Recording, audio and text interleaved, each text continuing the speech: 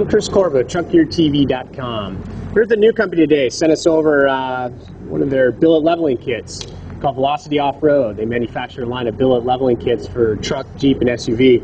They sent us over one of the Tacoma kits.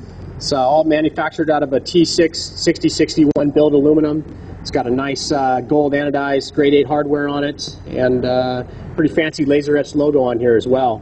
So this kit happens to be for 2005 New York Tacoma, which we know fits our 2006 4Runner. So we're going to go ahead and bolt this on. Should take us about an hour.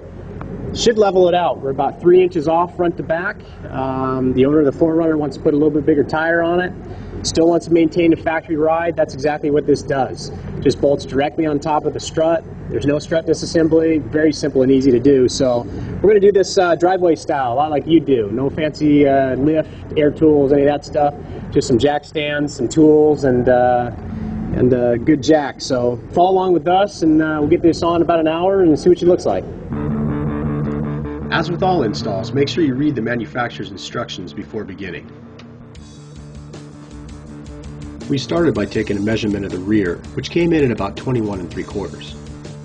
From there we moved on to the front. Measuring from that center of wheel to the top of the fender lip, we came up with about 18 3/4. After getting the front secured and pulling the front tires off, we became a little concerned when we saw our 4Runner had the stability sensor controlled front struts. A quick call to Velocity put our mind at ease, as this OEM system remains intact and functional and only requires a reset of the sensor we'll have done at the time of alignment. We started this Velocity install with a little quick disassembly first.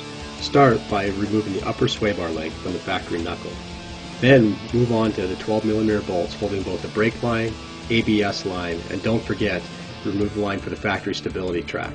That way it'll give you a little more room to move things around. Next, we remove the cotter pin and nut from the upper control arm. Rather than use a ball joint separator, we chose to put a pry bar underneath the upper control arm and tap the side of the knuckle ever so slightly to separate it. Move on to the 3 strut mounting bolts located at the top of the strut, followed by the lower strut mounting bolt running through the lower control arm. You're now ready to remove the strut. Once removed, make sure the top of the hat is free and clear of any debris. Installation of the Velocity spacer is very simple. Simply reuse the factory nuts, placing the spacer on top of the factory strut, and tighten down to the appropriate torque specs. Once completed, it's time to install the same way it came out. After tightening the top hat bolts, take a large screwdriver or pry bar and rotate the lower strut mounting by 90 degrees to fit into the lower mount.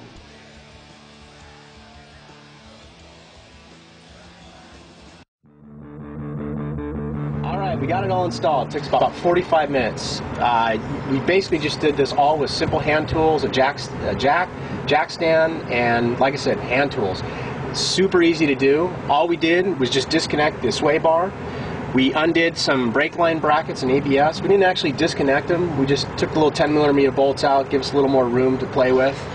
We disconnected the lower strut mounting bolt from the A-arm, and of course the top hat bolts, there's 3 of them up here, disconnected those. And then this upper A-arm, all we did is we just wedged a pry bar in here, tapped it on the side with a hammer. This popped loose really easy. From there, we just slid the strut out, put the top hat on it, tightened it up, and slid the strut back in, spacing the strut down about 1.5 to 2 inches with this spacer. This Velocity spacer was machined perfectly. Nice tight fit in the top of the hat here where the factory top support is. We like the logo. I mean, the logo actually you can see. It's a nice split logo. Very easy to install. Like I said, it took us about 45 minutes. From here, I think we're going to take the factory wheels and tires, put them on, and we're going to take a measurement front to rear and see where it sits. We were pleasantly surprised to see our Velocity 3.0 leveling kit netted us an even 21 3/4 inches. This 3 inches of lift definitely leveled out our rig and gave it a much more aggressive stance.